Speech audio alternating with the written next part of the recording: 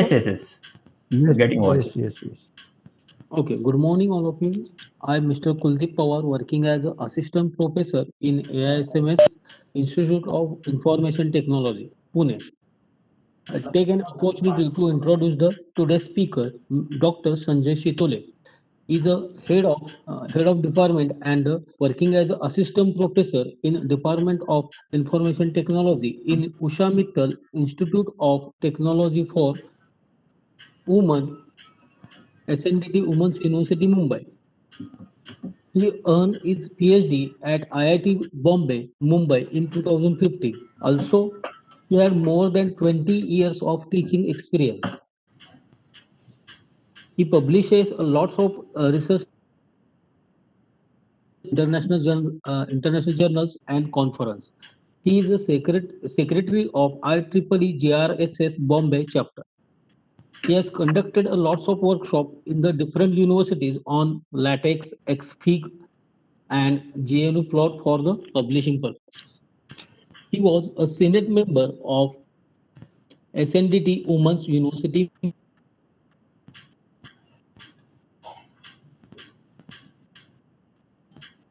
Hello, hello.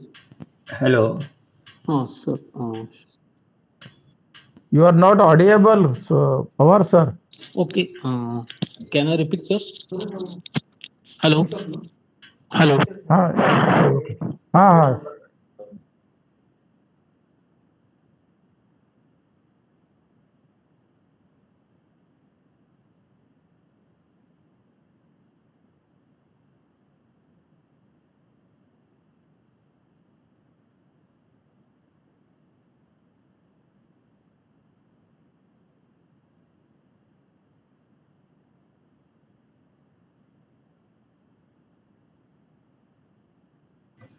Hello, hello. Good morning. Yes. Good morning. Good morning, all of you. I am Mr. Kuldeep Pawar, working as an assistant professor in AISMS Institute of Information Technology, Pune. Take an opportunity to introduce the today's speaker, Dr. Sanjay Shitole, is a head of department and working as a associate professor in Department of Information Technology in Usha Mittal's Institute of Technology for Women, SNDT Women's University, Mumbai. He earned his PhD at IIT Bombay, Mumbai in 2015. He had more than 20 years of teaching experience. He published lots of research papers in different international journals and conferences. He is a secretary of IEEE GRSS Bombay chapter. He has conducted lots of workshops in different universities on latex, XFIG, and GNU plot for publishing. He was a Senate member of SNDT Women's University, Mumbai. So, our speaker, Dr. Sanjay Shitole sir, is starting the session. Yes. Sir, hello. Yes. Good morning to all. I am very much thankful for this session, your institute and the organizing committee of this entire STTP for giving me the opportunity to discuss with you about computational intelligence involved in the different data analytics task. So, this session will highlight important things and some new approach or some new thing will be there in front of you today. Probably most of you are not aware about what today we are going to discuss. So what I encourage to all the participants during this session, at any time please ping me or the chat here or the put your question here. Whenever I will read the question or whenever I will get some that means hint from your side, according to that we will tune our session. Now we have time from 11 o'clock to 1 o'clock. These next 2 hours we are going to discuss machine learning related some part, as well as so plan I will discuss with you. So my requirement, you can say, or what you can say, the that in during this session, some interactive things should happen. So we will be here for the next 120 minutes up to 1 o'clock. So it should not be monotonous. So that is the basic requirement of the today's session, what you can say. So what I have learned from the organizing committee, that in the last few days, most of you have learned about the computational intelligence and then different algorithms and cyber security related issues and all these things. So today we will try to, what you can say, the discourse related to very complex data, and how this complex data is generated, and you will get the idea that this complexity of the data, the storage requirement, communication, sending data from one place to other place, this task is mandatory. There is no alternative in today's world for us. And when we talk about this, then the cyber security is very much essential. If that will not happen, then disaster may happen. So, and for that purpose, we are using machine learning algorithms, artificial intelligence related thing. We also talk about the deep learning. We also talk about the computational intelligence. So there is a confusion among readers or participants or those who want to learn something. There is always confusion that which term to use. Should I say it is computational intelligence?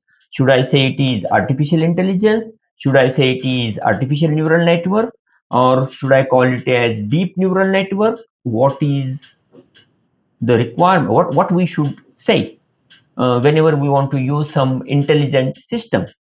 So intelligent system use is very well known to us. Why to go for that? In this HTTP already we have discussed many times. You might have also studied about what is the difference between data, information, knowledge, what is intelligence. All these things also you have studied. Okay, so what I feel like initially, quickly, that means in a very short time, we can say in the next 5 or 10 minutes, let's highlight few important things related to this, so that very easily we can turn up to our task, today's task. Okay, so that is the first, what you can say, the part of this session. So what I suggest to the participants here, just put it here, that means yes or no related to that. My question is, all of you are aware about artificial intelligence, artificial neural network, machine learning, deep learning, these terms. I'm not saying that you should know each and everything, but only the terms related to the AI, deep learning, DL, then ANN means artificial neural network, computational intelligence. These terms you have heard. If you have heard it, let's just put in the chat yes. If you have not heard about it, just put the chat no, so that I will get the idea that all the participants are really engaged if they are putting some message in the chat. So I encourage to all the participants, if you have heard about these terms, which terms? AI, DL, ANN, CI. If you have heard, then put in the chat yes. Otherwise, just say no. This time I'm putting, for example, here yes, no. So I'm getting message from the participants that they are saying something. So in the chat, that means I can understand really you are, that means engaged into this session. You are listening it. And you are very much active in the session. Meanwhile, during the session, I may put some such questions to ask you, yes, no, or a very short thing, so that as well as you can also put some questions related to that, I can answer it. So now the many participants are saying that, yes, you are aware about artificial intelligence, artificial neural network, machine learning, deep learning, computational intelligence, these terms. Ultimately, our goal is to create intelligent system. Our application, our goal is to create intelligent system. Okay, so what the intelligence is, this intelligence is different than what you can say the knowledge. That the intelligence is, this term is different than the information. Intelligence term is different than data. Okay, so when we say intelligence, what we want to achieve, which are the features we are interested in intelligent system. Okay, so that is important point. So I will just write few more points here. Now I am sharing my screen, and I will also try to write something. I think it is shared only. Okay, the screen is shared, so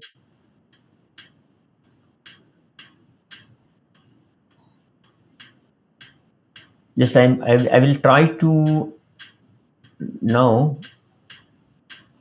just a single minute. I will stop for a time being, and I will put one what you can say the presentation here in front of you.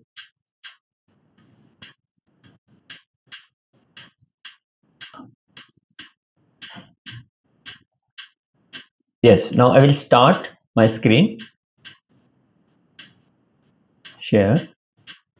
Okay, and now probably you have seen this slide. The slide is in front of you. SOFM for remote sensing data classification. This is our what I can say the today's task. We want to go for this today's task. SOFM, that is a self-organizing feature map for remote sensing data classification. Now this algorithm is related to artificial neural network. Okay, this algorithm is related to artificial neural network, and now we are talking about what you can say what are the important terms related to intelligent system. Okay, here I will write the three different what you can say the words, and let's try to talk about this. The first term what I will write is the adaptation. System should be adaptive. Second term I will write here generalization. And third term, what I am writing here is association.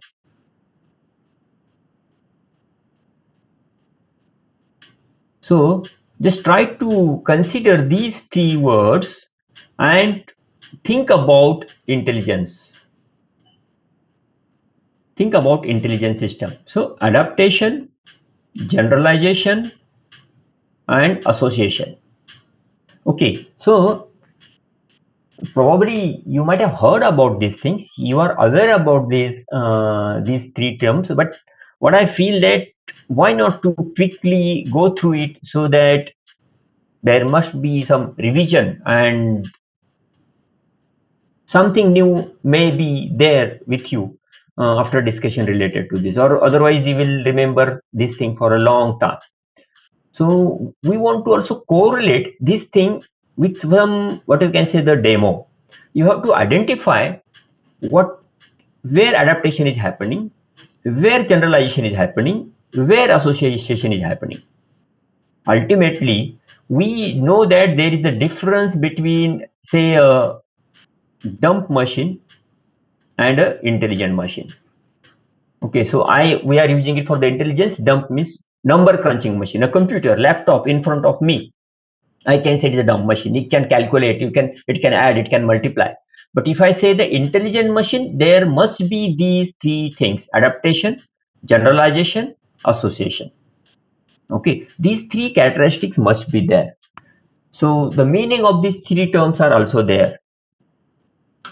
The meaning is also known to you. What do you mean by adaptive system? What do you mean how the system is generalizing? What is association?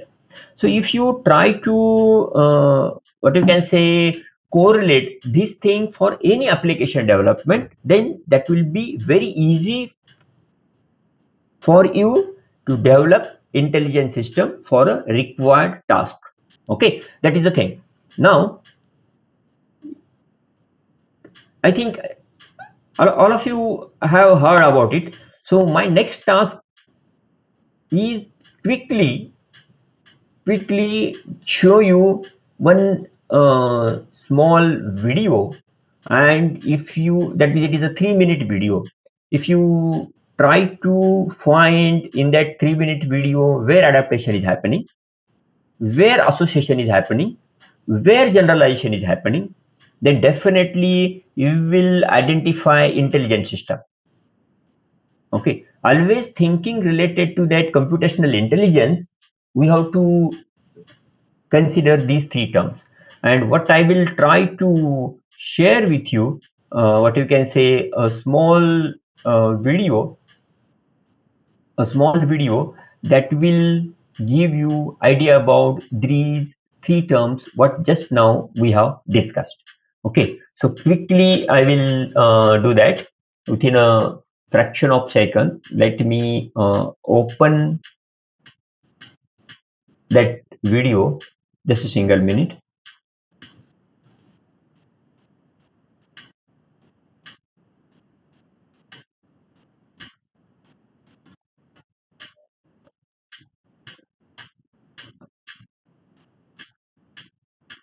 Yes, it is opening.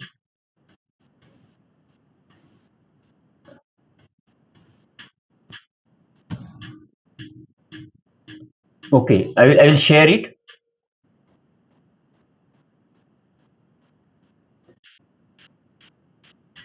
Just observe this video. We will run it for 3 minutes only. 3 minutes, not more than that.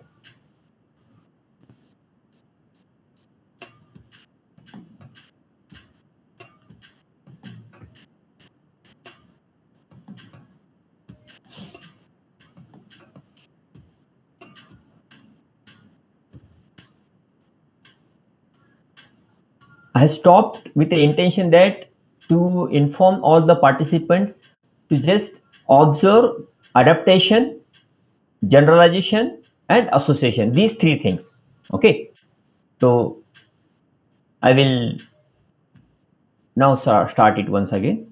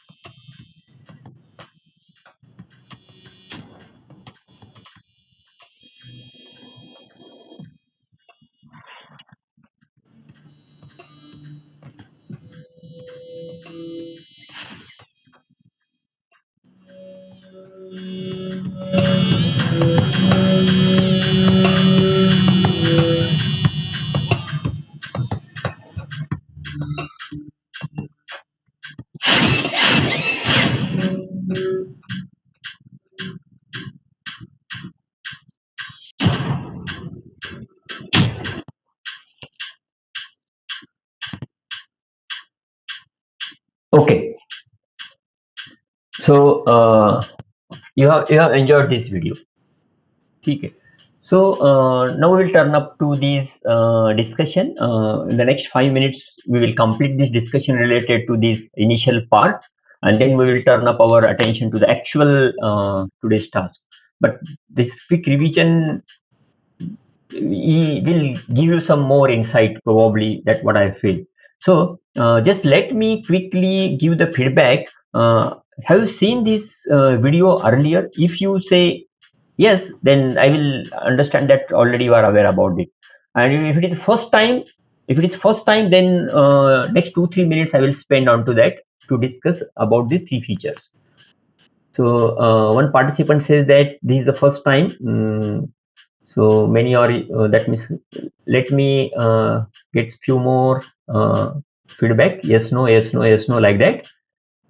First time. So most of you are saying that this is the first time you have seen this intelligent machine.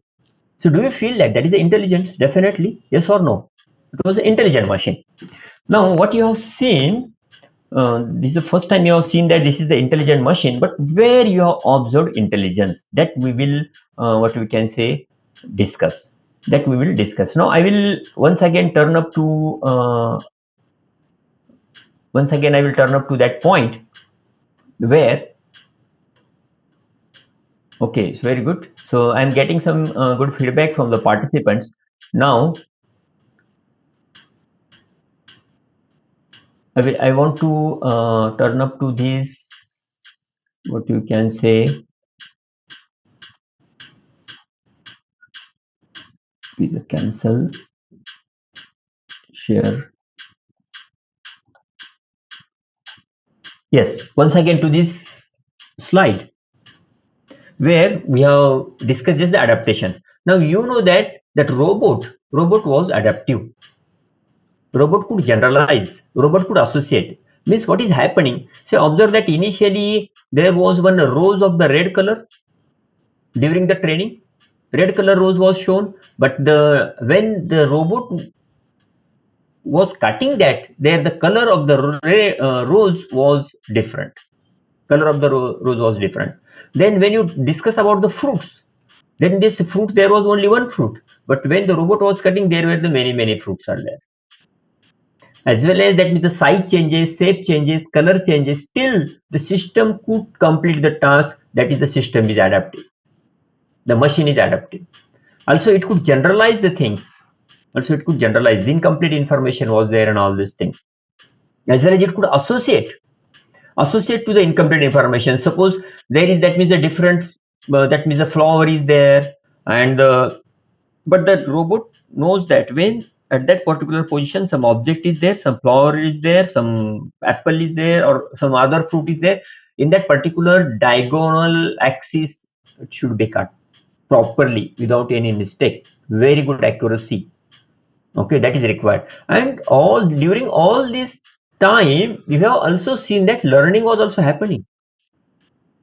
That means the learning is also very important, what you can say, the feature of intelligent system. Now you are learning something. You are in this course. So we have the supervised learning and unsupervised learning, these two approaches. Supervised learning means now the teacher is present, you are learning something, you will give me this feedback, I will ask you some question, and that learning is happening. That is good, the regular practice. But today, whatever we are going to discuss is self-organizing feature map, SOFM, and we discuss it is unsupervised learning. Unsupervised learning. Whatever the video now just you have observed, the robot, there was also a teacher. Teacher was training, robot was learning. That is, the supervised learning was happening. Okay, that means all of we believe that learning happens when the teacher presents, when the supervisor present. But what happens when there is no teacher? How learning should happen? That is also very important part for the discussion. And today we are going to talk about that algorithm, unsupervised learning, because most of the time whenever you are studying machine learning, any course, Coursera, online courses, videos, and all these things, always you discuss about supervised learning mode only. Okay, so now we are also going to talk about unsupervised learning. Now to the participants, my appeal is that now just what we studied adaptation, association, then generalization, and because of that learning is happening. And all of we are strong believer that in the supervised mode learning is happening. Now this session is also supervised. So do you believe that in the unsupervised mode, that means without any presence, without any teacher, learning will happen? So if you say yes, then put yes. If you say no, teacher is required, then put no. That means what is the belief? Presence of teacher is required for learning or not? Yes or no? Question is, presence of teacher is required for learning? Yes or no? Let's see what happens. How many teachers participants say that? So there is one answer that not always. Sometimes teacher is, that means the what is the one answer. Two answers we got it that yes, presence of teacher is essential. It is required.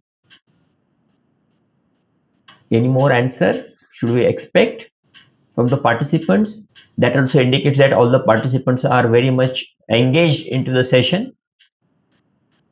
In supervised, teacher is required. Yes, perfect. That we got the message. What we also want to discuss is without teacher, learning will happen or not. Without teacher, learning will happen or not. Intelligence can be created or not. Say we are teachers, we have students in our classroom, many students are also participating in it, they studied in the school. So since our childhood, we know that presence of supervisor is there, then learning will happen. But you have also heard, you might have also heard one example of Eklavya in a Mahabharata. Was there any teacher? Eklavya, the student's name is Eklavya in the Mahabharata story, and he was learning without teacher, and he was expert than Arjun. That one example we heard. Nowadays, are there any such examples? Are there or not possible? Sir, because we want to develop that algorithm. Without teacher, learning should happen. We want to believe, that means we want to see, will it happen or not? If our participants, that means agree that without teacher, learning will happen, then that will be very easy for me to discuss with you unsupervised learning. Otherwise, if the belief is that no teacher, then how learning will happen? How you will create an intelligent machine? That problem will be always there. Are you getting what is my intention to discuss with you? Because whatever the today algorithm we are addressing is totally, what you can say, a different style. When that scientist, when Kohonen created this algorithm, research community was also opposing. Research community was also saying that without teacher, how learning is going to happen? Okay, so but now today you will observe that in the literature more than 3000 applications have been created using self-organizing feature map, that is unsupervised neural network, and it is working. And today we will also discuss about it. I showed you example related to learning. For that robot was learning from a teacher. Okay, how that is happening, that also you are aware about it. Now you are learning, I also learn, we are reading book, we are attending classes, we are attending webinars.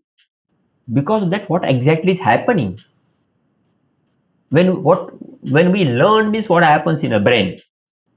Because whatever is the algorithm in front of you, you are going to discuss that algorithms are also based upon the mathematical model of a neuron. Single neurons, mathematical model, scientists created, McLeish and Pitts created a mathematical model of a single neuron. Then that single neuron is connected to multiple neurons, and they tried to develop different, what you can say, the architectures, and they tried to go for classification, then recognition, then prediction, then recommendation systems, many things people develop, expert system people develop based upon the models. Mathematical model of a single neuron is used initially, but every time they discuss about the supervised approach, that very quickly in the next, what you can say, the 10 to 15 minutes, we will discuss about this initial part, keeping in mind that I know that you are aware about it. Okay, let me get the feedback from the participants. Here I have the two options. I have the two options from the participants, that straightway I will go for unsupervised, straightway, without discussing anything about whatever now the things are going on, and straightway we'll go for the unsupervised, keeping in mind that you are very much familiar with the McLeish-Pitts mathematical model and the learning rules and the architecture of a neural network. And if these things are very much familiar, straightway we will go for the unsupervised neural network related to that algorithm we will discuss, and how that can be used for the computational intelligence related tasks for the cyber security, making the secure systems, and the classification and the requirement related to that we will discuss. Now, when very quick feedback I want, let's say, discuss that how many participants want that quickly we should talk about few minutes for the McLeish-Pitts model, learning rules, and the something about the multi-layer perceptron algorithm. Yes, please give me some feedback in the chat.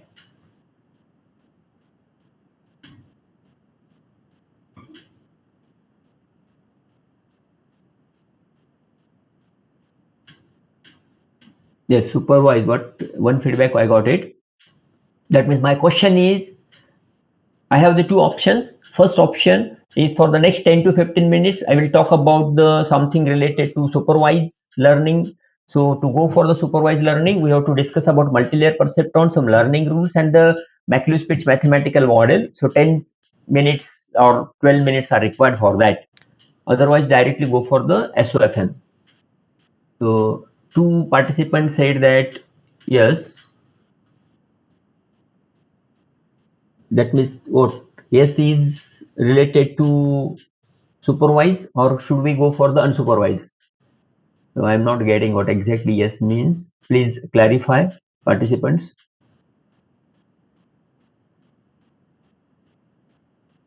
Okay. One participant said that unsupervised. One participant mentioned it is supervised part also can be also discussed.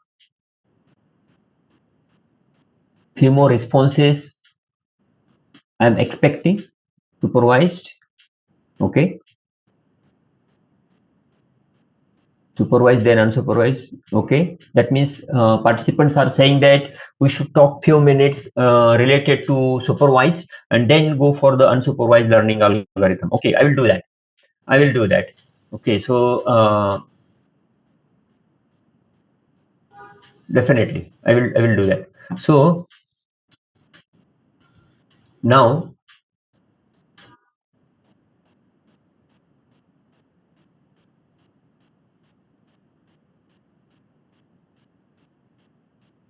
okay, so I will share once again the same screen and use this screen to discuss with you about few important things related to.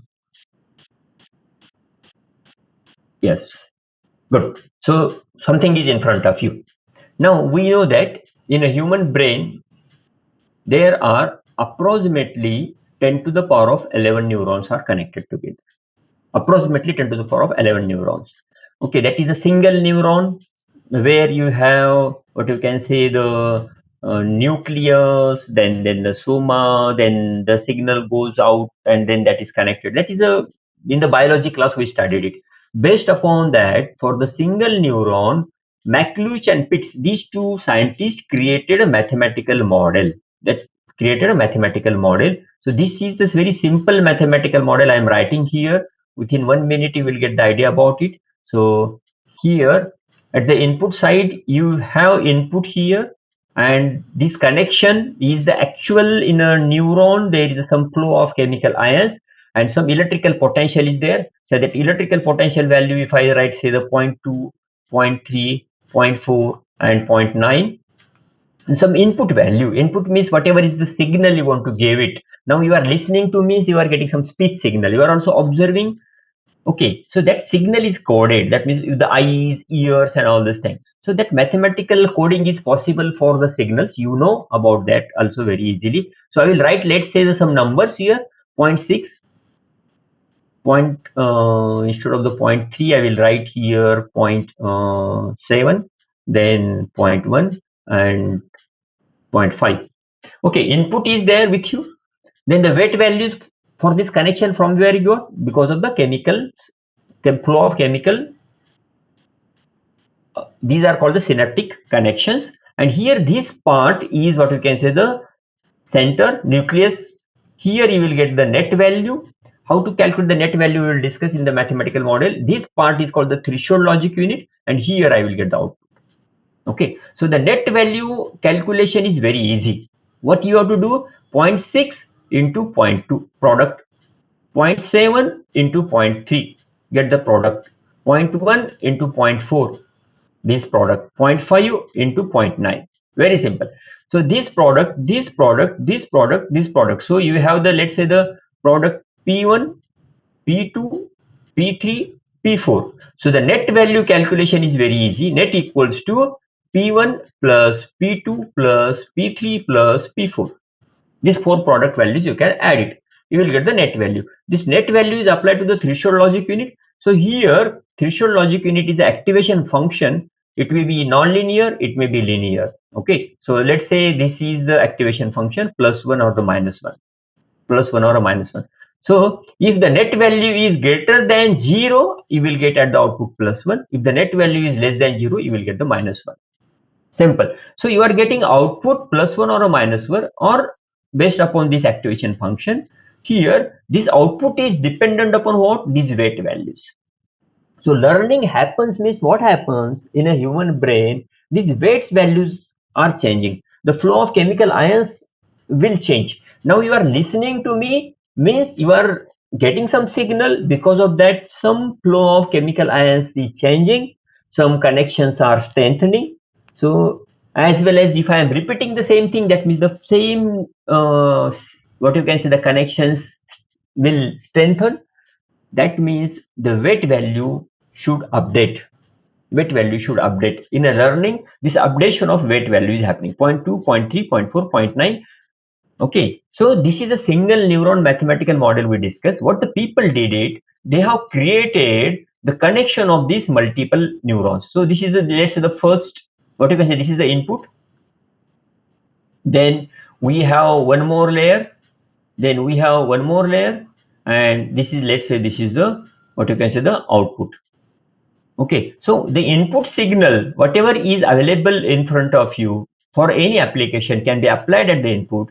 This input signal goes to this layer. This is called the hidden layer 1, hidden layer 2, and this is the output layer. And let's say this is the input layer. Okay, so at the output, you will get some value, output vector, and I can write down this value in a vector form. And at the input also, I will get some value, and these values can be written in a vector form. Correct. This is referred as a multi-layer feed-forward network. Multi-layer feed-forward network. This is the supervised, because whenever I am applying some input pattern X, I am also giving some desired thing. That means what is my expectation from this network? What is my expectation from this network? So desired thing. So X1 is the input pattern, then D1 is the desired pattern. X2 is the input pattern, D2 is the desired. Because of this combination, these weight values available for this connection, so all these weight values will change. These weight values, we are going to update it using some learning rule. That is referred as a delta learning rule. Specifically, when you call about the learning rules, there are the many learning rules, such as the Hebbian learning rule, perceptron learning rule, delta learning rule, winner take all learning rule. Like that, many learning rules are there. Mostly, what you can say, whatever is the multi-layer feed forward network we are discussing here, delta learning rule is preferred. This is a supervised neural network because teacher is present, and because of this some algorithm, mathematical steps, weights are going to update. Okay, and updated weights we will use it later for our task. This is what you can say the discussion related to from the McLuhan-Spitz mathematical model. This is the mathematical model we discussed. Then multi-layer feed-forward neural network we discussed, and requirement of the weight updation we have discussed, and finally you can use it for the one application. Okay, this was just the quick revision related to supervised learning, and you can use this algorithm, supervised learning algorithm, for many applications. Many applications like that for the classification, recognition, then what you can say for the recommendation system also we can say, then prediction, we can use it. This is very famous multi-layer feed-forward network. For a very complex systems we can use it. Okay, and from this only the convolution neural network is also developed. Then we can also talk about the deep neural network. What is the deep neural network? So when you say that there are the many layers, now here I have shown you hidden layer h1, hidden layer h2, like that. Let's say you have h1, h2, h3, h4, h10, many hidden layers are there, then that is referred as a deep neural network. That is referred as a deep neural network, and that is also very famous nowadays. So this part mostly we discuss for the different applications, and that was a quick revision. And if you want to go for the cyber security related task, or if you want to go for any other task, definitely this is what you can say very much essential part. Okay, so that was a quick revision related to initial part of artificial neural network, how they are evolved. And when we talk about difference between what you can say the what is artificial intelligence, AI, AI, this term you have heard. Then you have also heard about the ANN, artificial neural network, then the deep learning or the deep neural network. So when you try to discuss about it, just observe this. This is the AI in a broad way. I say that AI is here. Then the artificial neural network, these are the algorithms, ANN, and into this you will observe machine learning. Based upon this algorithm, some training happens and all these things. And when the many layers are there in that that means architecture, then that comes under the deep learning architecture. Okay, so this also clears your terminology related to what you can say the computational intelligence. Everywhere, a lot of computation is going to happen because there are the many mathematical models. What you will observe, there are the many mathematical models are there. Okay, so these things very quickly we revised uh, in this session initially. Now our next task is to go for what you can say unsupervised neural network. That I will come to that point. So at this, that means from the last more than half an hour, we are discussing some important part related to this. So from the participants, I want that if is there any question in the last 30 minutes what we discussed, what is your expectation, any part you want to repeat it, whatever it may be, any question if you have, please put it in the chat. Otherwise you can also unmute yourself and you can also straightway ask any question. I will definitely welcome that, please.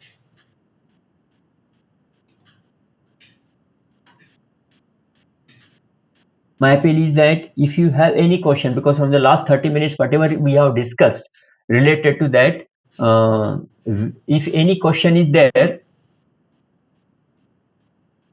okay, I'm getting the feedback that very good revision. Okay, in the 10-15 minutes, really, we quickly discussed it. Thank you for that. And one more message that explanation is good. So that means that is also encouragement from all the participants that really you are engaged, you are getting the things, the session is worth, because more than 1 hour we have to discuss the few things. There should not be any boring part, and all these things, learning should happen. That is my intention. Okay, so good. I'm very happy that participants are very much interactive and concentrating onto the things. Now I want to turn up our attention So there is also one question, sir. Can you cover the implementation using Python programming language? I will highlight few things. Definitely, why to go for the Python and all these things. But the based upon the some time limitations, all these things. But I will give the here some hints related to that also. Definitely. So thank you for that question. If any question is there, I will welcome. Okay. So no further questions. Now my task is to turn up our attention towards the unsupervised learning. So unsupervised learning, now we know that learning will happen in a supervised, perfect. In an unsupervised way also learning will happen. But there is a, what you can say, practically some difficulty will happen to the learner when the teacher is not there. When the teacher is not there, some difficulty will be there, but we cannot say that learner will not learn. Okay. The major advantage what I am saying, when the supervisor is present, the time required for the learning drastically minimizes. Reduction happens related to the requirement of the learning. Let's consider this same example. Now what is happening? This webinar is for, let's say, the 2 hours. In these 2 hours, whatever you will get experience in these 2 hours, because you are participating, you are very much active, you are listening to the teacher, you are trying to learn something. So whatever the 120 minutes you will spend here, and if you are absent, if you are not there, then whatever is discussed in 120 minutes, there is chance that it will take 10 hour, 20 hour or 40 hours to all of you to learn all these things, because getting the input from the experienced teacher is that will help you to minimize the learning time. But the quality of the learning is that is a guided learning. But if you consider in an opposite way, other teacher is not there, you are spending 30-40 hours, but the quality of the learning is very great, because you have explored many things during that 40 hours for the learning purpose. You will also get additional knowledge. Okay, so that's why the Eklavya's example we discussed, Arjun and Eklavya, if you compare unsupervised learning, Eklavya is the example, but the quality is great compared to Arjun also. Okay, so that is also proved, and nowadays also you can also check it. It will happen. The same thing, not exactly same thing, but similarly we will also talk about this self-organizing feature map coherence algorithm, unsupervised algorithm, that can be used for many applications. People tried it, and really it is also working.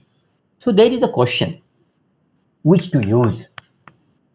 Once again, you have to decide for which application you want to use it.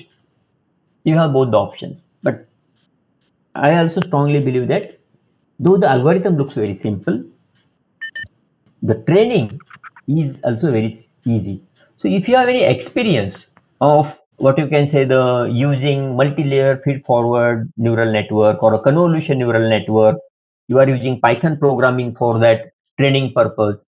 And see, nowadays because of the Python, what had happened? Because of the Python programming, or the Google also gives you the tools related to that. In the Python, many libraries are there.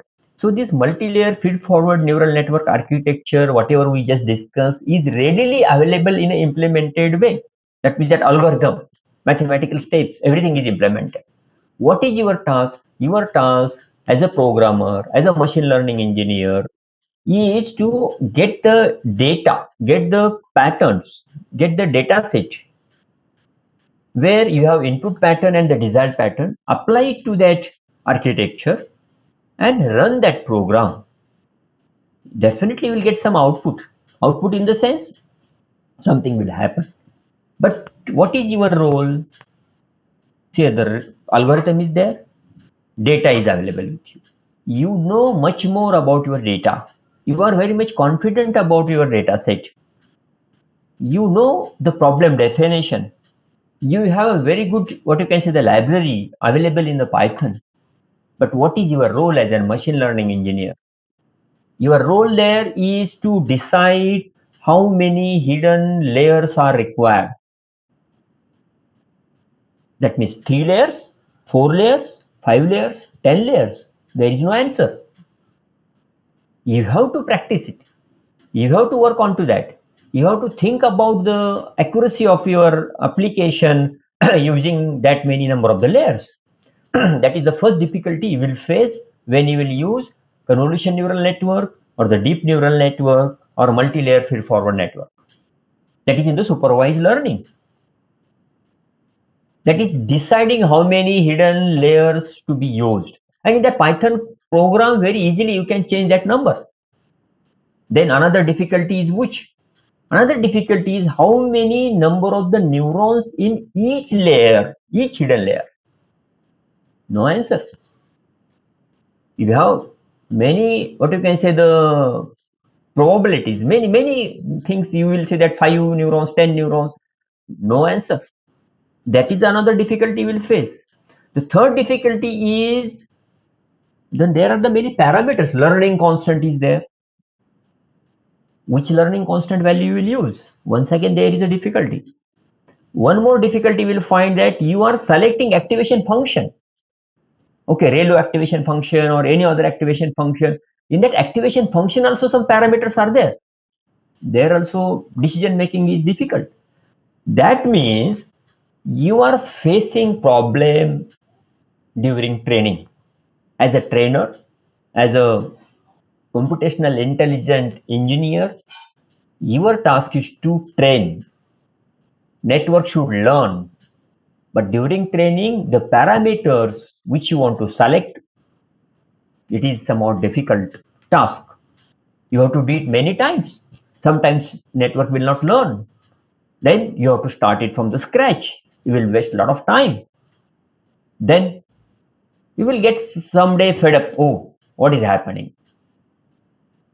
But if you go for unsupervised neural network, now whatever we are going to discuss, you will find that these problems are not there. Which problems just now we have discussed? Deciding number of the hidden layers, deciding number of the hidden neurons in the hidden layer, then what you can say, different learning constant, then activation functions, different parameters are there involved into that one. These things you will not find here. Okay, definitely unsupervised neural network will give you some result, good result, without major trouble. Okay, that is the major advantage what I feel in the unsupervised neural network. That is what we are going to discuss. That is unsupervised self-organizing feature map. A very simple architecture is there. Okay, so now we quickly discuss why you have to go for the unsupervised neural network. And when we talk about there was a question about the Python programming and all these things. Yes, you can use it. That means programming related burden can be minimized because of the Python. But when we want to go for the computational intelligence related algorithm development, you will observe that huge computations are involved. Huge computations. Then our ordinary machine may not help you. Otherwise, time requirement for the training is large. That means continuously you are running your machine. That means 1 day, 2 day, 3 day, 4 day, or 1 week also. Okay, there Python may not help you. Instead of that, if you use C programming, some parallel processing, CUDA, then definitely whatever the graphical processing you need, GPU available in your machine, in a laptop or a desktop or a good computer you have, then if you use the C programming with the CUDA enabled things, some graphics card is there, definitely computations will be very quick. But the problem is that programming language is somewhat difficult. So nowadays people turn up to the Python and learning curve is not there. Very quickly one can learn it. That is these few things what I wanted to highlight for the Python. C is the most major advantage what also I feel it. You might have also experienced it. Okay, that was one part. Now we have discussed about why to go for the unsupervised neural network. I will discuss that algorithm here. There are only 6 steps. It is not so complex. Like there are only 6 steps. Architecture also we will discuss, and hardly we can say that 20 minutes are required. Next 20 minutes are required for that algorithm discussion. That means now it is 12 o'clock. So up to 12:30 probably we will complete algorithm discussion, self-organizing feature map, and then we will talk about some applications related to that, how to use it for the different application development, and then with respect to remote sensing data and about the cyber security part of that, we will definitely discuss. So now my next turn is to go for self-organizing feature map. If any question is there, meanwhile, that means I will just go for that slide. So if you have any questions, you can put it, and then I will quickly start SOFM. Okay.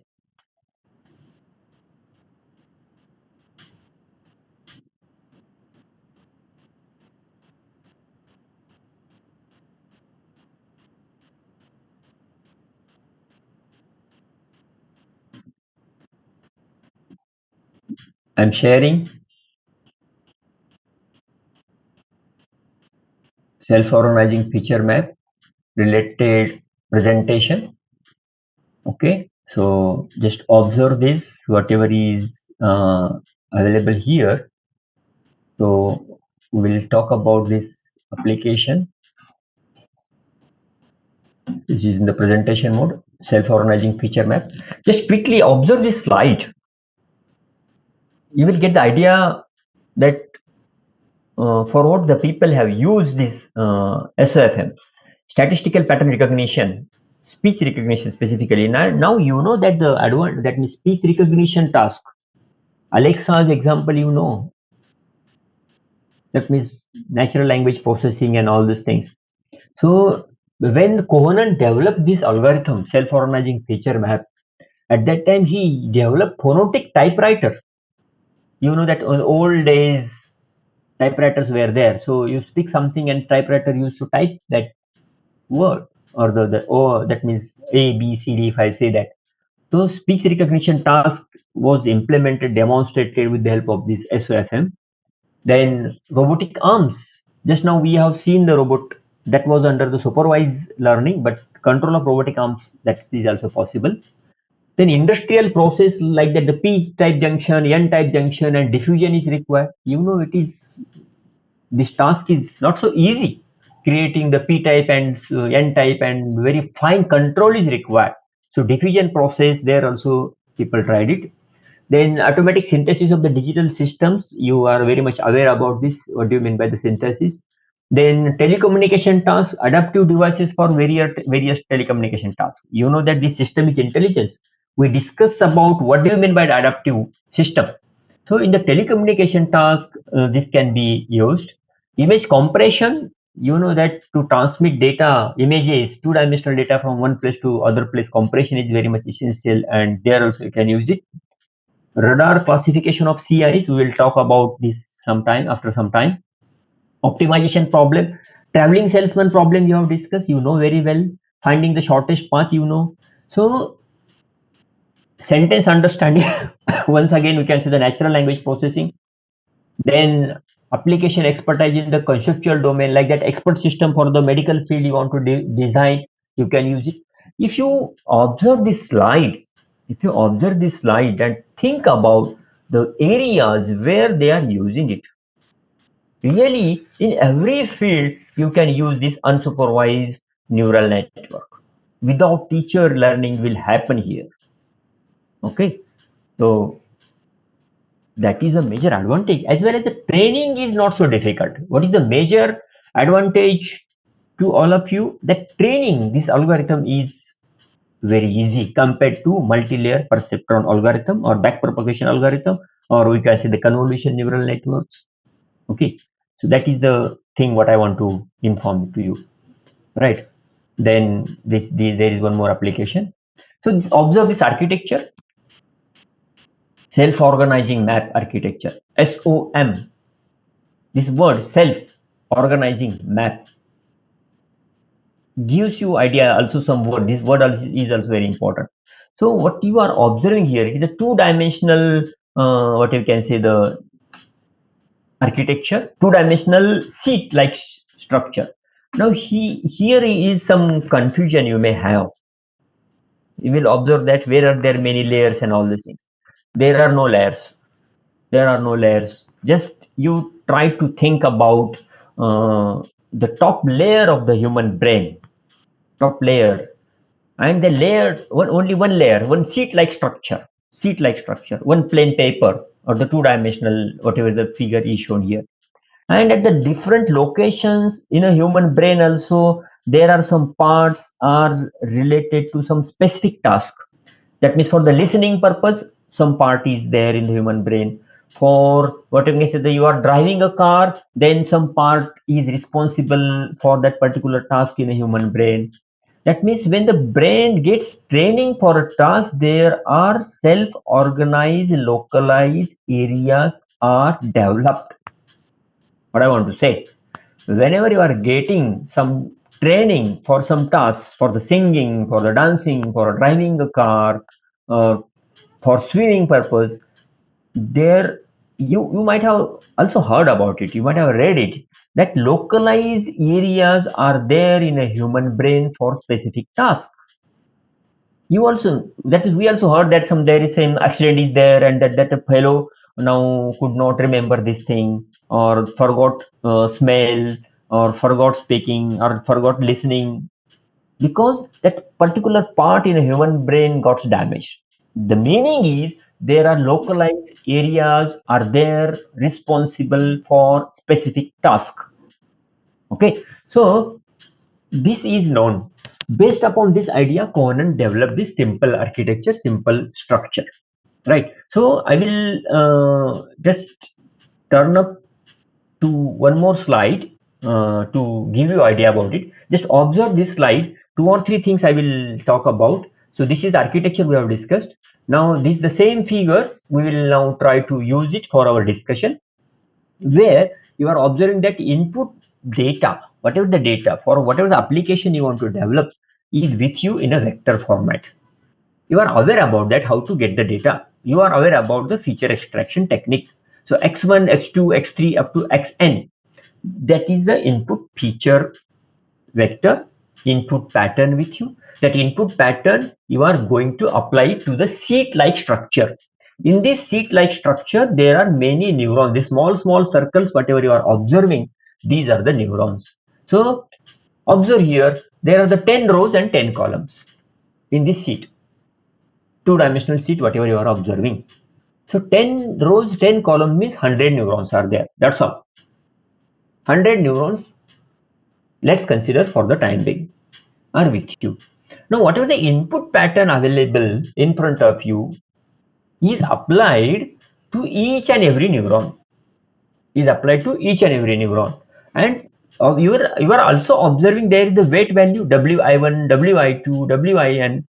That is some weight is required. Weight is some random number. You are also aware about that. Random weights are selected during the training. So this W1, W2, W3, Wn, random values are there. Okay, we have to change these weights during training. How to do that? That we will discuss. Now, what is your understanding at this point? This architecture is very simple. Proposed by Conan. Name of the scientist is Conan. Name of the algorithm is self-organizing feature map. Okay, so in this discussion, we will assume that there are 100 neurons are there. This small circle indicates neurons. 10 rows, 10 columns. That's all. Okay, and input pattern is applied to each and every neuron. Okay, and output, how to calculate, how to change the weights, that we will discuss within a very short time. One more important terminology I want to talk to you, I want to discuss with you, is related to neighborhood. Related to neighborhood. So, okay, so everything is fine. So I was just looking, is there any message for me in the chat? No message. So I will just continue with this neighborhood part. Yes. So neighborhood related task we want to discuss. Observe here this black circled neuron M, whatever is shown here, that is neuron under consideration. To this neuron, these neighbors are shown here. 1, 2, 3, 4, 5, 6 neighbors. You know that neighbor are there, the very close neurons physically to that neuron M. As well as to this neuron M, there are many such neighbors are there. There are many neighbors. So we know that we have also many friends. Let's consider one simple example. You are taking one admission into the new course. Let's say you have completed engineering, you want to go for some any other masters, MBA and all these things, and you are admitting yourself. So 100 participants are there. So on the first day, if you sit into the class somewhere, into the class you are there and you have adjacent 1 or 2 friends, you will talk to them. At the same time, on the first day, you will say that entire class is my friend. 100 participants are there, these are your friends. So, but as the time progresses, as semester progresses, what happens? Though everyone is your friend, but you will have very close friends, also 3, 4 friends, where you have good tuning. That means that matching is there, or very that means our likings are similar. That means as the training progresses, we can say neighborhood decreases. As the time passes, neighborhood decreases. Initially, you have, that means for this M neuron will also say that all the neurons in that seat are my neighbors, are my friends. But as the training progresses, neighborhood goes on decreasing. That is shown here in this figure. One more figure is there in front of you. Once again, that seat is available, seat-like structure, where 100 neurons we have discussed. Okay, there you are observing here some, that means bubble type of things. That means some localized areas having somewhat highest output. So let's say 3 patterns are there. This square, then X is written here, some circle is written. 3 different classes we can discuss. So these 3 different classes, after training, what had happened, they got organized. That means localized areas form into this seat-like structure. After training this figure, such figure you will observe. Such figure you will observe in the sense that what we have to assume, if you train this algorithm, if you train this architecture using given mathematical model, after number of the training steps, localized areas are created. Localized areas are created. That means self-organization happened based upon the features of the input pattern. So there are the 3 patterns are there, this small circle, X, O. So 3 different localized areas got created into this 2-dimensional array. That's all. Okay, these 3 figures are what I wanted to show you. Very quickly, I will show you. This is the architecture. Then this is the, what you can say, what you call, it is a 2-dimensional self-organizing feature map architecture. Then about the neighborhood we have discussed.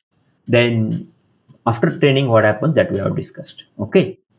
Now my next task is to discuss with you 6 steps. 6 steps related to these algorithms. So this basic understanding we have completed. We will go for these 6 steps. The step number 1, step number 2, step number 3, step number 4, 5, 6. That's all. Okay. So just I showed you. We will talk about it also. About this algorithm. Algorithm is very simple.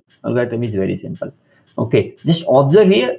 So after discussion of this step, quickly I will also revise it. In machine learning algorithms, in any artificial neural network algorithms, always we say that weights should be randomly initialized. So first step is the same thing. Select weight, initialize weights randomly. That's all. Okay. Second step says that apply input pattern. So to that architecture, we have applied input pattern. Then the third step says that you have to calculate Euclidean distance. This is the mathematical formula model related to Euclidean distance. Third step says that calculate distance dj, means Euclidean distance between input pattern and weight pattern. Observe this equation, input pattern and weight pattern. I will talk about this in detail after few minutes, 1 or 2 minutes. Okay. So the third step is calculate equivalent distance. So these 3 steps are there. Weights you should randomly select, apply the input pattern, calculate equivalent distance. Okay. Then what he says, determine J star which minimizes DJ. That means find out which distance is minimum. I will talk about that also. Just observe this step number 4. Step number 5, when you calculate minimum distance, if you find the minimum distance, the next task is to update the weights. That means training is updation of weights. Weight should be updated using the given mathematical formula. This is the formula. Observe this formula. Wij plus 1 means new weight. New weight you will get equals to old weight plus alpha. Alpha is a learning constant. Let's say 0.9 x minus w. That means difference between input feature vector and the weight feature vector. This difference is multiplied with the alpha, means learning constant. That value is added to the old weight. You will get the new weight. That's all. So weight updation learning rule is mentioned here. It is called the winner take all learning rule. And last step is, it says that if process reaches maximum iteration, stop. Otherwise go to step 2. Means initially we will discuss how many number of the training steps are required. Thumb rule is that if you have, let's say, the 100 neurons there, multiply it with the 500. That many number of the training steps you can have it. That's all. You stop and training is over. No complexity. Very simple thing. Only 2 mathematical models are there, and this only 6 steps are there, and it works. You have seen applications. These many applications you have seen. This can be developed with the help of this simple algorithm, this simple architecture. Okay. So I will also once again quickly revisit to this algorithm with some, that means some I will spend 5 minutes onto that for the discussion. Then we will have some questions related to that. Okay. So let me go for this another, what you can say, just single minute.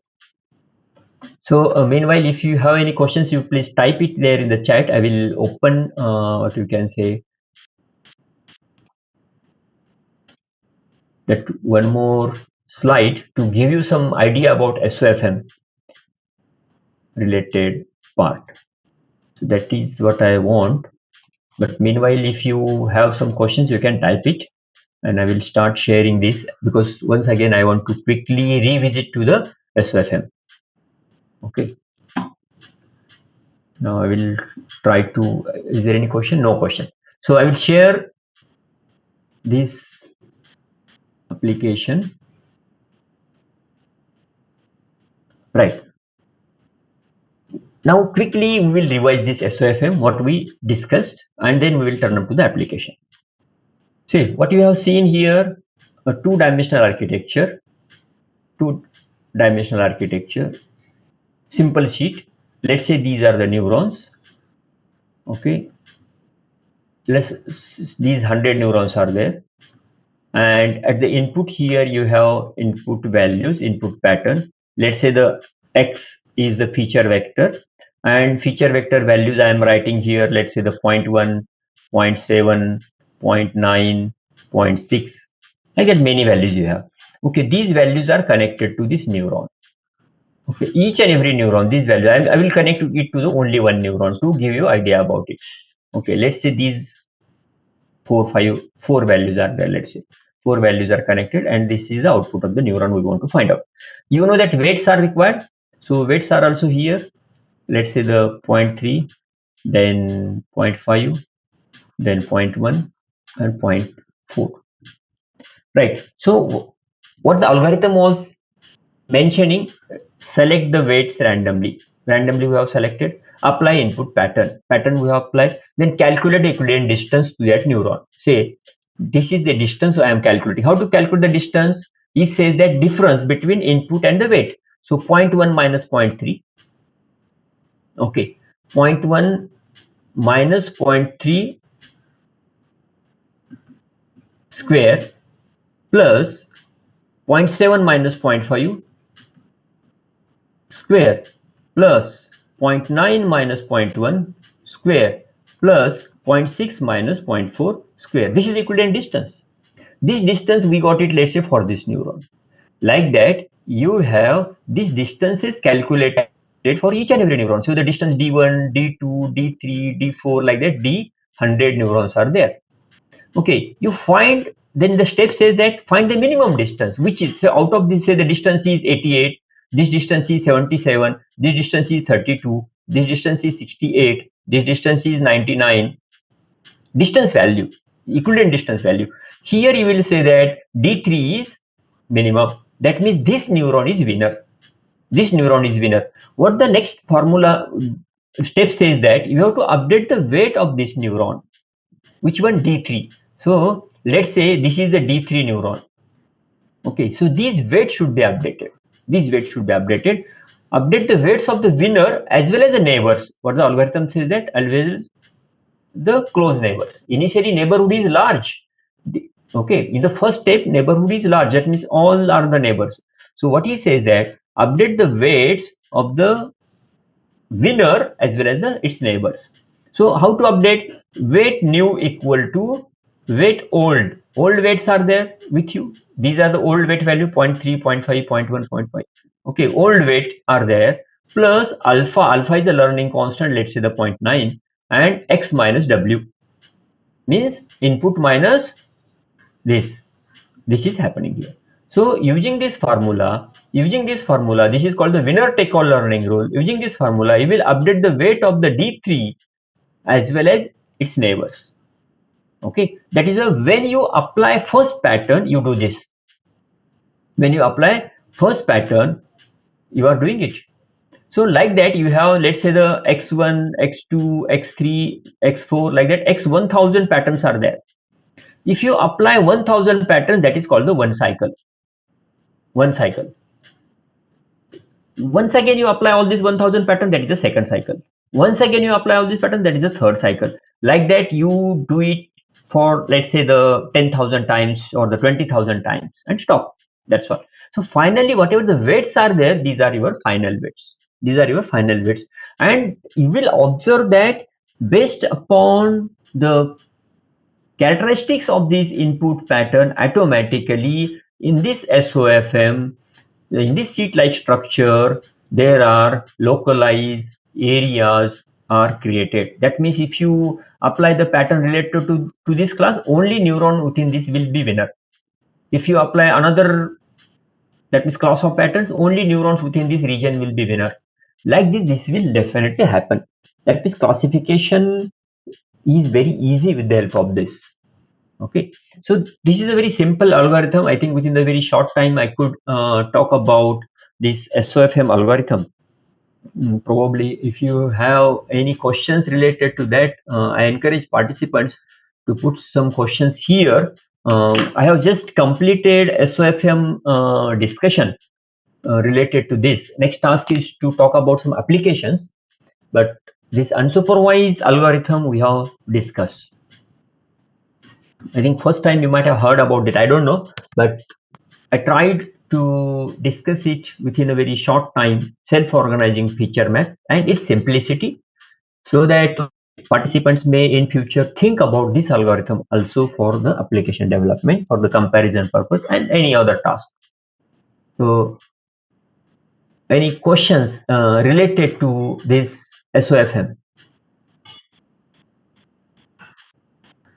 Last 30 minutes are remaining. In the last 30 minutes, we will complete few applications and a few more things. And I encourage participants to have the questions to get all the doubts cleared related to this.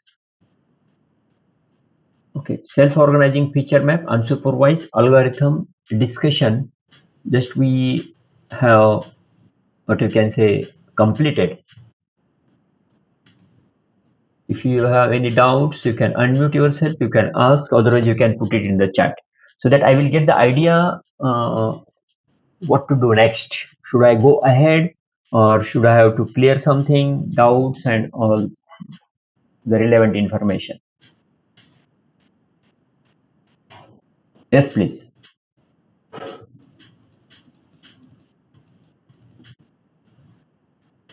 Okay, I'm waiting for the questions, but now my next task is to go for application and related to cyber security and that task and some the feature. That means I will just give you some idea about the data that is called the remote sensing data and its importance. That a very important part I want to discuss with you. So if you clarify that, okay, I should go ahead with this, or some questions are there, then that will be very helpful for me to continue next part or the last part of this session, that is application.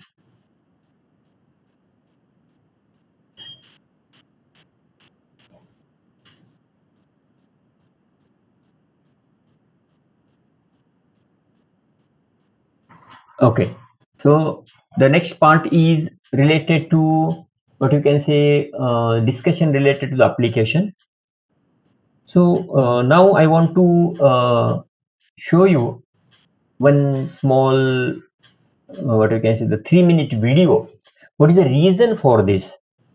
This 3-minute video gives you idea about number of applications are there in front of you, which to select, why to go for that.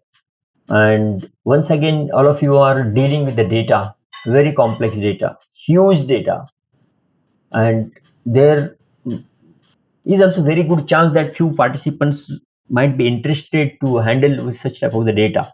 So you might have also not heard about this, or if you have heard it, you are not aware about the complexity involved into this. But still, people are developing, they are using many algorithms for this application development. So what I want to show you one 3-minute video. Just observe this and then think about it for 1 minute related to what is mentioned into that video. Okay, this video is created by Geoscience and Remote Sensing Society, IEEE Society, and it is available in the different languages, and very short video is there that gives you idea about the whatever the data is there, how to use it, and we have to also talk about its security related task. Okay, so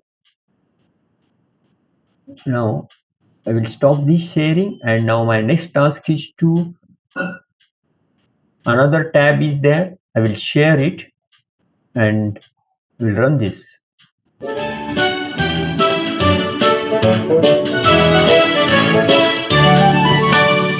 How do we observe the Earth from space? Since the beginning of our civilizations, humans have always needed to understand the world around them in order to survive.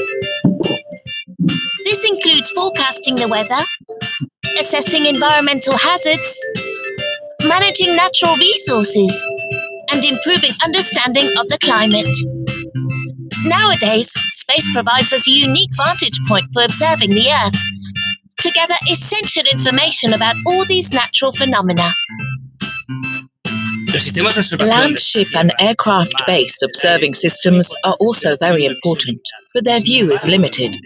From space, you can see the full picture of our planet, to create accurate maps, to measure and monitor environmental issues like rainfall, deforestation of the land, the rising sea level, etc.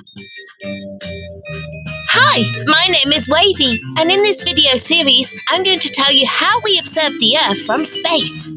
We use remote sensors, instruments that can measure radiation, which is energy that is emitted by the Earth itself, and some that reaches the Earth and reflects from its surface and goes out into space. The way this energy is emitted, or the way it changes after reflecting from the Earth's surface, gives us important information about our planet. For this purpose, we cannot measure sound waves because they cannot travel in the vacuum of space, as electromagnetic waves actually do, traveling in vacuum 300,000 kilometers each second. However, to reach the Earth, they have to pass through the atmosphere. And they will only reach the Earth if they belong to specific ranges of the electromagnetic spectrum called atmospheric windows. These atmospheric windows are in the frequency bands of radio to microwave and wavelengths of infrared to visible light. This is why, for example, we study atmospheric humidity, also called water vapor, in the bands near 22 GHz and 183 GHz, or atmospheric temperature in the band near 60 GHz. Another example is the infrared band, where the temperature of objects can be measured. In this case, infrared sensors are especially made to see the infrared radiation given off by objects, even in the dark.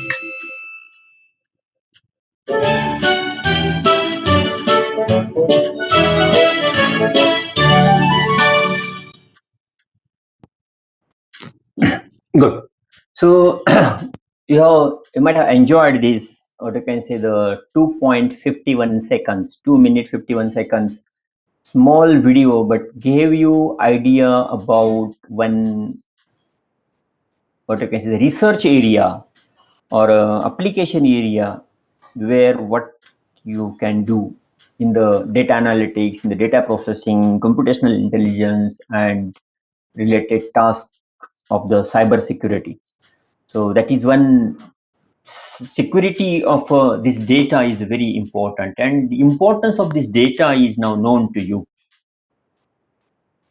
All our, that means engineers, scientists, are rigorously working to protect Mother Earth because of the atmospheric changes, atmospheric temperature. Many things are happening, and there is a danger for the, that means our Mother Earth, and monitoring is very much essential. Continuously we are getting data, huge data from thousands of satellites are revolving around the Earth. Entire electromagnetic spectrum, we can use it to acquire data related to Earth surface, atmosphere, and many other things. And just try to imagine this data. Can we store it on a computer? Not possible. Huge data and very costly data.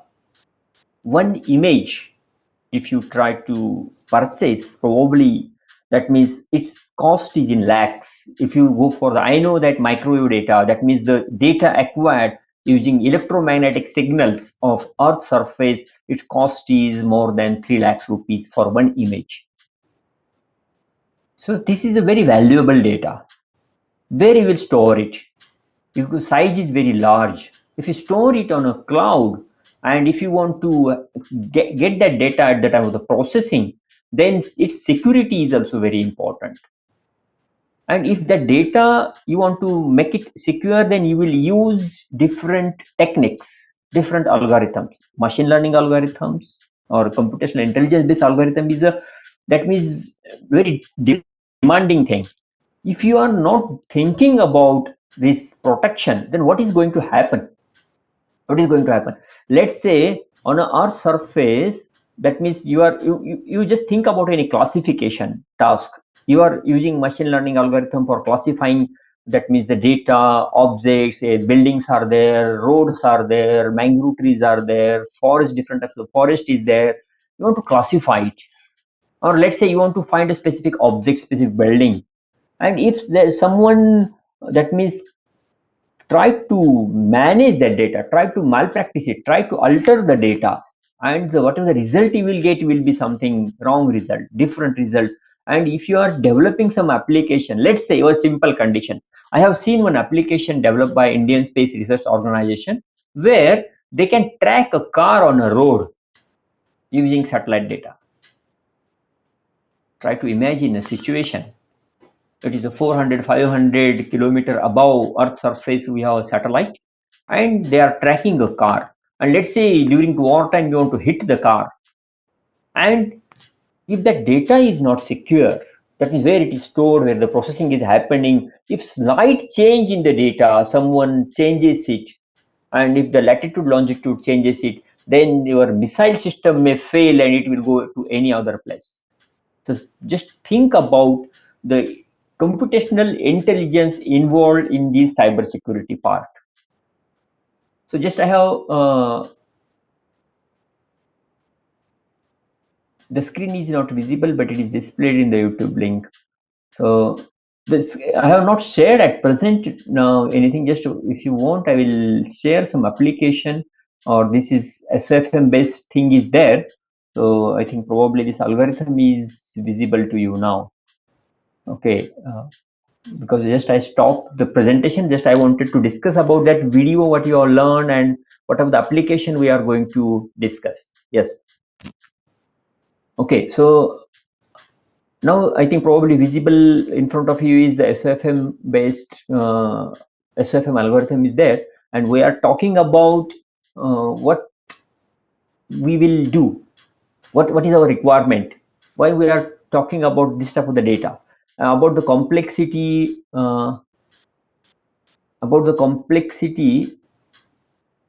please, what is the YouTube link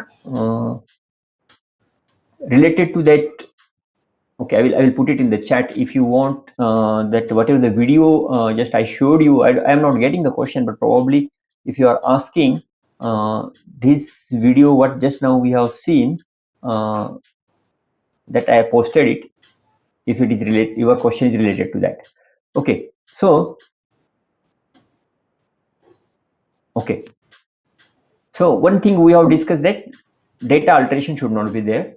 Then another thing is for the forensic application also you want it, this type of the data, remote sensing data, that means cybersecurity related application development is required. Then one more thing is, just now we discussed about the geographical information system, GIS system, where the lat long is very important, and protection of the each and every individual raw data bit of the data is very important, very complex data. You will also have sometimes when if you are using micro data, then you will find that there is real component and the complex component is also there. Okay, if you have any questions related to that, we will talk much more about details about this data. But now I discussed with you that algorithm. I showed you one, what you can say, the video, small video that gives you idea about the type of the data. Security is important, and these machine learning applications will definitely help, and SOFM will also help. You can think about it for the development of application related to that. Okay, I will talk about the same thing with some classification application development in the next 10 minutes. Next 10 minutes we will devote it for some classification applications, and then later if you have any questions, you can post questions, we will discuss about it, and then we will end the session. So next 20 minutes are there, remaining 20 minutes we will discuss 10 minutes application and 10 minutes question answer session, and finally we will stop. Okay, so this is the last 20 minute what you can say the plan for me. If you have any suggestions, you can put it in the chat. Thank you. Okay, now in the same presentation I will just go ahead with this in the presentation mode, and you will observe that what we are saying, that if we want to use this remote sensing data for the classification, SOFM can be used for that land use classification. And why it is required to monitor the land use, land cover. You know that in the Mumbai like city or in the Pune, everywhere, that means one of my friend, he analyzed satellite data for the last 30 years for the Pune city, and could estimate that now what is going to happen in the next 10 years, in which area more growth is happening, and all these things. We can also find out unplanned growth, planned growth, or many things are there. For the planning purpose we can use it. Okay, so this is one example. Image is not so clear here, but it's a new sensor called the A-star. This is the satellite data, how it looks. Now for the common eye, that means for us it is somewhat difficult to identify what is there, but the machine learning algorithms can very easily can find out which part is the settlement, which part is the forest, where is the road, where is the water, and very easily we can estimate that area. So this is one table that gives you idea about the different classes. Here the water, land cover type is water, forest, grass, farmland, road, urban, and any other part. And what is that water indicates, and this is described here. So the training data means pixels related to water, pixels related to forest, and all these things we can select initially. We know it. So because we have the ground truth information. Okay, satellite data is there and the ground truth information is there. Based upon that information, we can create the training data, training patterns. We can also call it the feature vector, and training data and the testing data. Already you know that in a machine learning application development, always we should have the training data and testing data. Okay, some data set available related to water, some data, some pixels related to water. Let's say the training 4132 pixels we are using it, but for the testing 847. Always training data should be large compared to the testing data, and we have to find out in the testing the classification is happening or not. So in the next table, what you will observe here: water, forest, grass, farmland, road, urban. Here, depending upon the pixels, whatever we are using it, so 796 pixels are correctly classified for the water body. Then for the forest, these 663 pixels are correctly classified. So accuracy is available here in the last column, 94, 95, 99. So very good accuracy is also observed because of this self-organizing feature map. It is written here KSOFM. KSOM means Cohenant self-organizing map. This is also another word, Cohenant self-organizing map or self-organizing feature map. These classification results are shown here in this figure, and you will observe that very good classification is achieved with the help of very simple algorithm. There is no training complexity is also there. Okay, this is one application.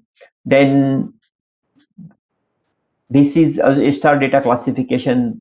Because of time limitation, we will not go into the details of that.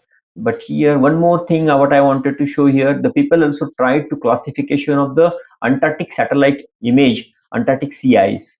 So in the ice also there are the different, what you can say, the classes are there. Though ice looks white, but old ice, that means there are also the different, what you can say, the things are there, and the people are studying very seriously the ice movement. And recently I read even news that one glacier or one what you can say, the big part in the Antarctica, there was some crack in that, and in the 2017 to 2020 near about 1000 kilometer movement had happened. That means that big ice slot moved from one place to other place. It indicates that the sun, that means the temperature of the sea level is temperature of the earth global warming is happening, and the sea water level temperature is rising. So that study is very important. That is possible with the satellite data, and this important study we have to also preserve it with the proper security applications.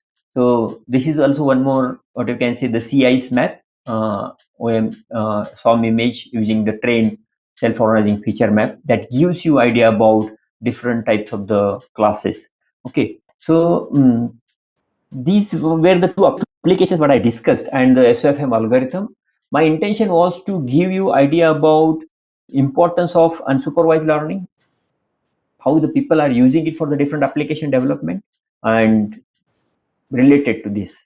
So these were the few points. I think now it is time for the some what you can say, the question answer, because it should not be a monotonous.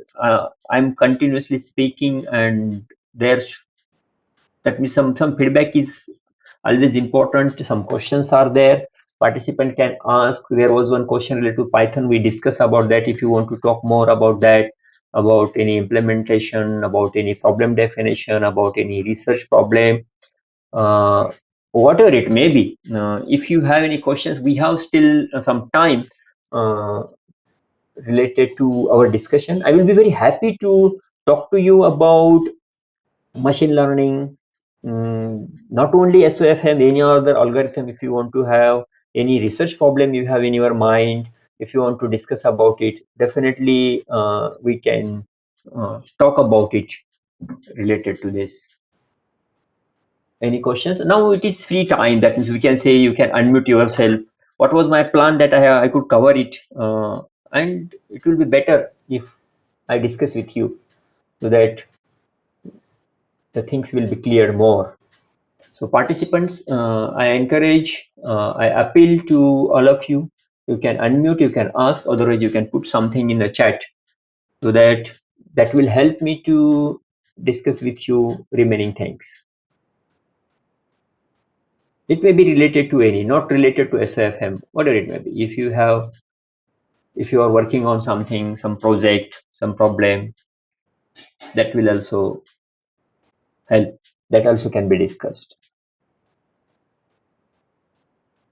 Cybersecurity related things are going a lot. If you are aware about that, that means in India, in our country, government is planning to set up different centers, cloud-based centers at the different locations, and they will make it available to all of us for the research purpose. And cloud-based systems, we can use it, and supercomputing facility is also available, that will be made available for the research purpose. There are the many things are there. We should know about it, and that will help us in our application development. So any questions? I will welcome that. The next 10 minutes, still 10 minutes are there. So if you have any questions, you can please ask me so that I will get some idea to discuss something. Which method used to secure network by applying machine learning? So this is a one question, that is network security. Which method is used to secure network by applying machine learning? See, in the machine learning is what you can say the wide area. There are the many, when you say the machine learning, many algorithms are there. Not only the artificial neural network, you might have also heard about random forest, decision tree, and all these things. And to make it a secure system, that your interest is to encrypt and decrypt data.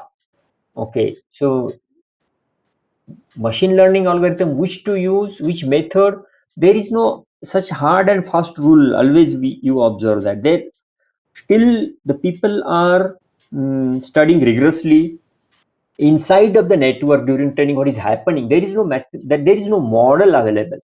We try, we train, and you test it.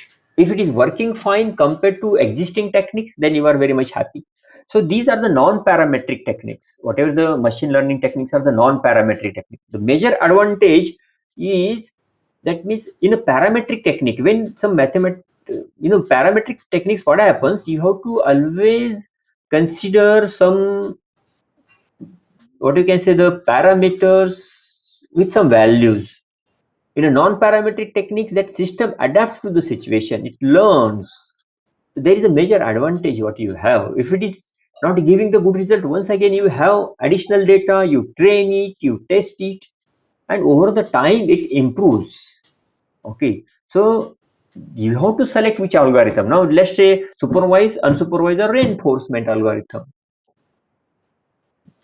Based upon whatever the hardware available, based upon the software available, based upon the requirement, you have to find out and then try to train it properly. Another most important part is the feature engineering.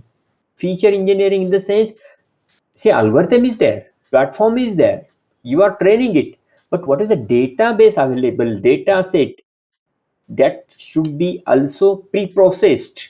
That pre-processing task is very important. Engineers or scientists spend a lot of time in the feature engineering. So feature engineering is very important, one should not neglect it. So think about it, select proper feature engineering technique, select algorithm, go for the good training, and definitely you will get good applications.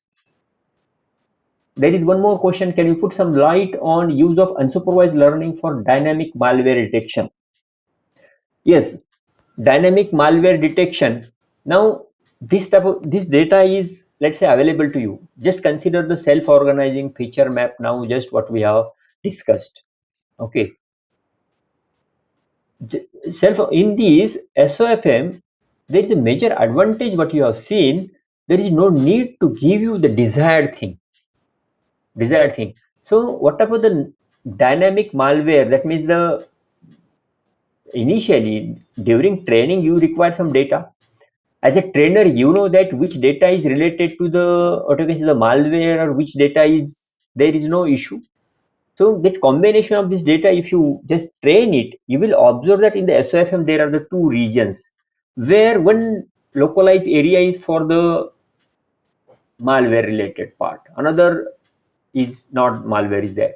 As well as you will also observe that there is not a single neuron, there is a localized area. There is a localized area, some part is related to that. So some flexibility is there, some variation is there, some dynamicity is there. So definitely that algorithm will help you to identify malware. As well as if you are not getting very good results because of that still, then you can try after that, after training of the SFM, you can go for the learning vector quantization algorithm. There are the 5 different algorithms are available related to that. So learning vector quantization 1, learning vector quantization 2, learning vector quantization 3, 4. So there is a very good research paper by the Cohen, self-organizing feature map. Refer that. You will observe the SOFM Cohen learning vector quantization algorithm also.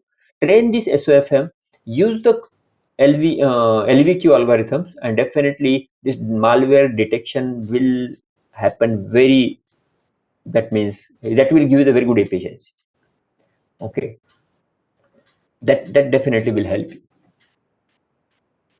Okay, so any other question? Okay, if no questions are there, I think then from my side, I have completed the task related to discussion of the unsupervised neural network classification. Initially, we discussed about the supervised learning, then the difference between AI, ML, DL, and all these things in the given time. And I think participants enjoyed it. I don't know. So the organizers will get the feedback of that. Let's see. So organizers, so I have completed from my side. If no questions are there, then you can continue from your side. Okay, sir. Thank you, sir, for giving us such a wonderful session. So, any doubts, participant? Any doubts? Please ask any doubts. Hello. Yes, yes, please. So we can conclude it.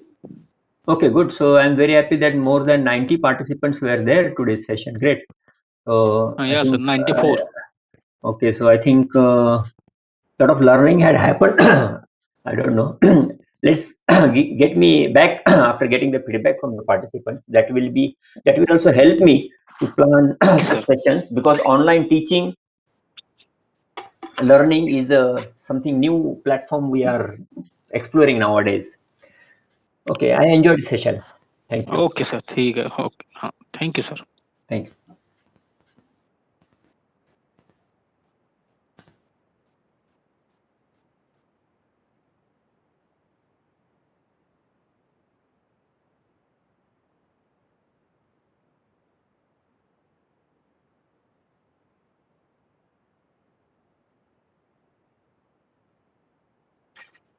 Hello, Pawar sir. Hello. Hello.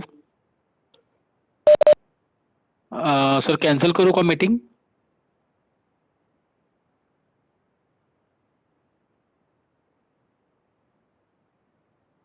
Sir.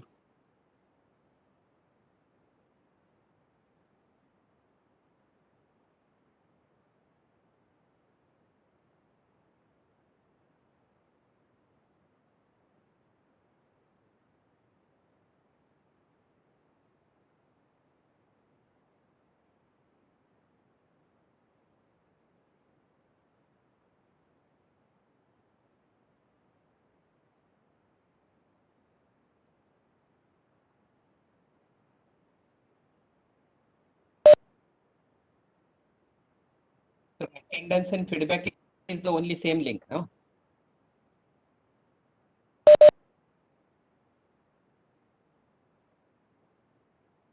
No, for you are saying attendance and feedback, it is the same link, no?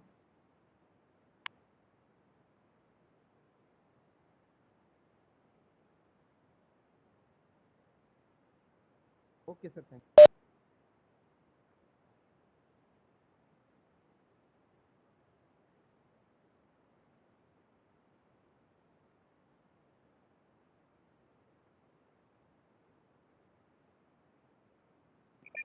Can we use the session?